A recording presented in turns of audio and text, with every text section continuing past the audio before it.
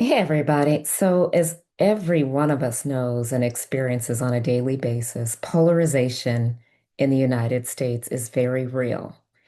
And in fact, the most polarized among us are, interestingly, the ones that are most likely to vote.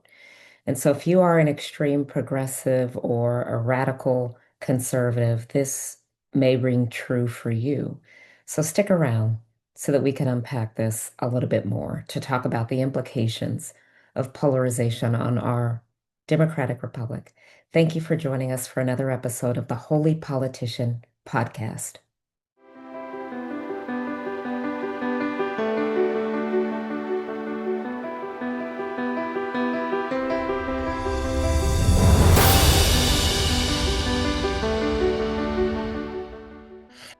So, polarization is defined as division into two sharply contrasting groups or sets of opinions or beliefs. And today, I want to take a closer look at two groups that sit on opposite ends of America's political spectrum.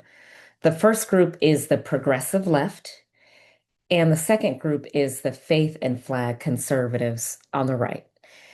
And so Pew Research has done extensive work on these groups, and their differences show us just how deep the divide truly runs in our nation.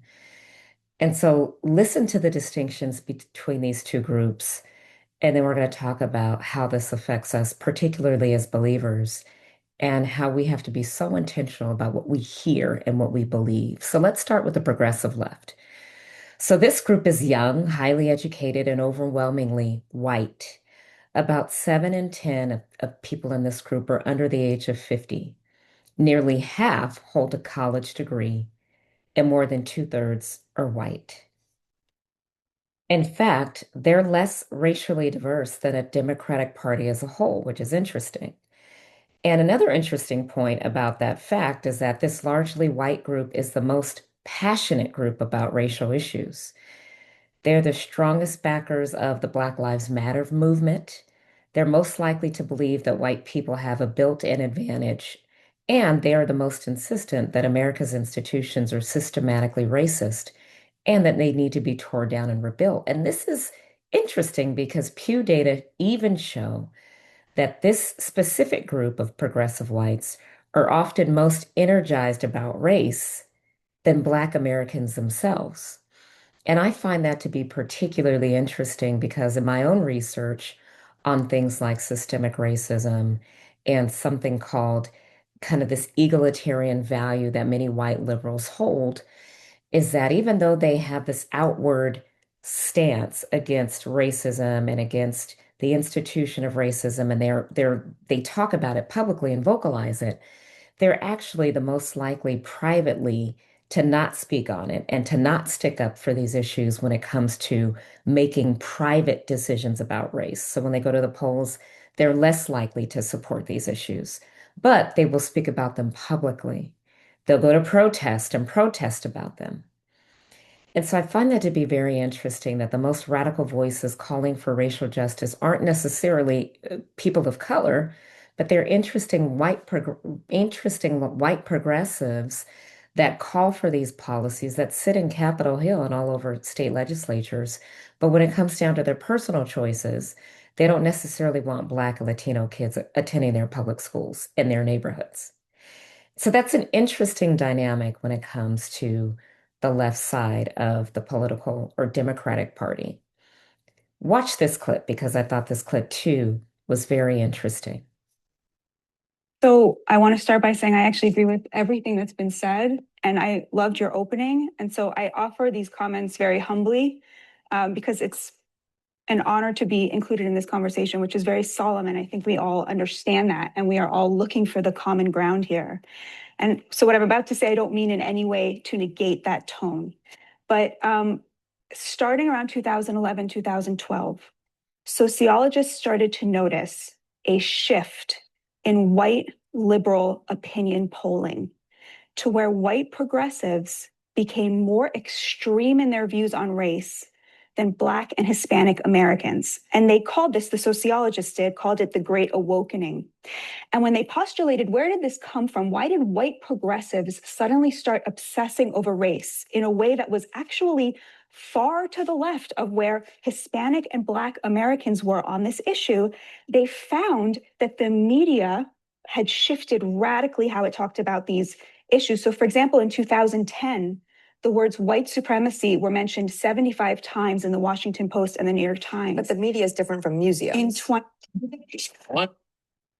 Continue. in the Washington Post and the New York Times, and 2,400 times in NPR.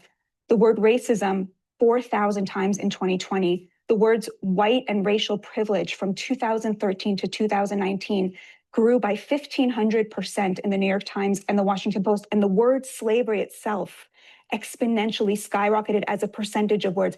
I'm offering this only to suggest. I'm just wondering what do you think is the problem with talking about slavery, white supremacy, racism, et cetera? So the point I'm trying to make here is that liberals will say, well, this is a reflection of reality. But of course, it isn't. This is a reflection of a newfound obsession that was driven by the media. Well, and that doesn't reflect I guess I'm either. not. So what's really interesting about this clip is what she is saying really is backed up by this Pew data. So if you go to Pew, there is some research that they did, I think in 2021, about just the way that the different wings of the progressive wing and the conservative wing, the way that they vote and the extremes within those two different wings. And what this woman is basically articulating is that because of there's been this heightened sense and this heightened conversation around race and around white supremacy and around um, slavery, bias, however you want to frame it, because there's been a heightened discussion.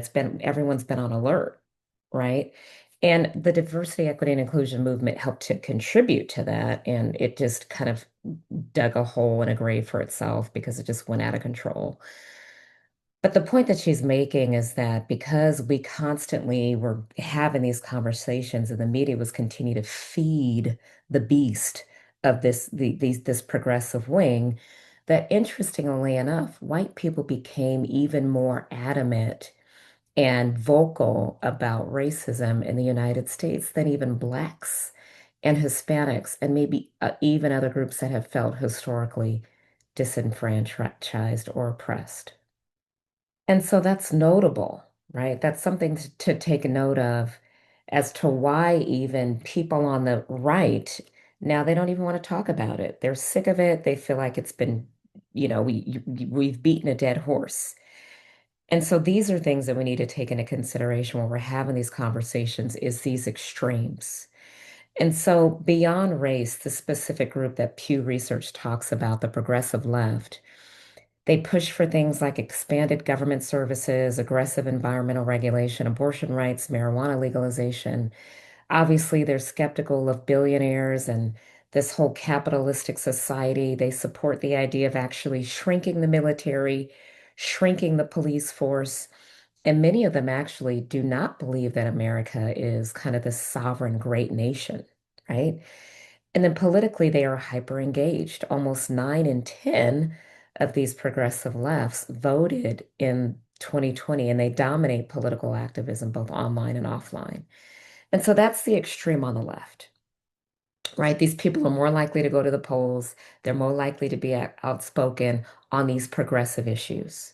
They're more likely to be white. And so this group, the other group, which is the faith and flag conservatives, as Pew Research refers to them, this is some interesting findings about them. This group is also predominantly white, but more so white, about 85%. But unlike the progressive left, they tend to be older, far more religious, with nearly half identifying as white evangelical Protestants. Two-thirds are over the age of 50, and many see Christianity as central to America's public life. These people are deeply patriotic, right? They've got their American flags on their houses, they carry the American flags on their cars, they dress up very patriotically for Memorial Day, Independence Day. Almost 70% of them say that the US stands above all other nations. They believe government should promote religious values and they see compromise as weakness as opposed to a political virtue. On race, they're at the exact opposite end of where progressive lefts are. They're less likely to believe in systemic racism, highly less likely. They are more likely to say now that white people are facing discrimination. And they most view this heightened attention on America's racial history as harmful to society and think that, frankly, we need to stop talking about it and stop talking about the harms of our past and just focus on the future. And this is what is driving the president's policies on race, particularly with his latest declaration that he wants to he wants to investigate America's museums through this lens of wokeness.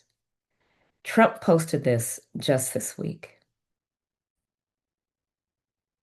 The museums throughout Washington, but all over the country, are essentially the last remaining segment of woke.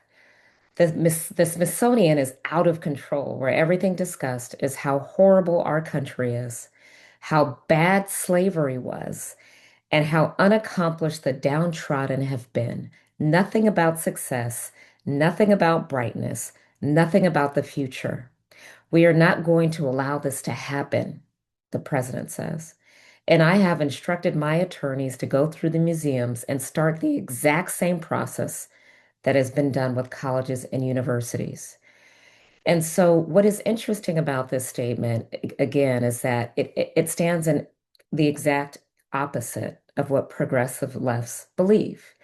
They believe that this country is stained. They believe that there is racism that is endemic to the way that we operate as a society. And the faith and flag conservatives are basically saying we are sick of talking about this. This is out of control. We need to stop talking about how bad our country is. We need to stop talking about how bad slavery was, etc. Now, slavery was bad, respectfully, Mr. President. It was very, very bad. Just like Japanese internment camps were bad, just like the way that Indians and Native Americans were treated here was very, very bad, right? The way that we treated lots of immigrant communities, whether they were forcibly brought here or they came here of their own volition, the way that we treated them was very, very bad. And so, what we need to figure out is how do we stop with these extremes so that we can sit down and actually have conversations about what's taken place in America's history. Problem that we're facing is that there's just way too much noise, and the noise is really perpetuating and accelerating this division. We have noise on on Abby's show on CNN, right? Her show can be noisy. And we have noise all over the internet, on YouTube, on social media, on X, on Truth Social, on all of these platforms, there's noise and there's division. We don't have very many balanced conversations anymore about what's truly happening right now in modern history, but also in American history. And so this noise is festering this polarization. When you hear people on social media calling for a civil war, it's because they are so extreme on one side or the other that there's no willingness to meet in the middle. And so when we have this progressive left tendency and this faith and flag conservative tendency where they're mirroring each other, right? They're deeply polarized. They're deeply engaged, though, in politics, and they're the ones that we hear the loudest. One sees America as broken and in need of just being rebuilt. The other sees America as exceptional and that we need to preserve it and that we need to move on from the past, right? And so, as believers, the question is, well, how do we navigate through all of this noise to hear from the Holy Spirit? What is God saying about these issues, right? We know that we should be politically active because the Bible instructs us that we should be concerned about the welfare of the people. But should we be politically extreme? That's the question that we need to ask ourselves, right? And our goal as Christians is to relentlessly defend our faith, no matter what shape, form, or size that comes in. And so while we are engaging politically, we should and must, and at all costs, defend what is true, defend what is holy, and defend what is righteous. And we have to judge all policy and policymakers through that lens and through that lens alone. And so I appreciate you watching tonight. If you have not yet engaged on this podcast, I would encourage you to do that. Share this podcast with your three of your friends and subscribe if you haven't yet subscribed. God bless you and thank you for watching.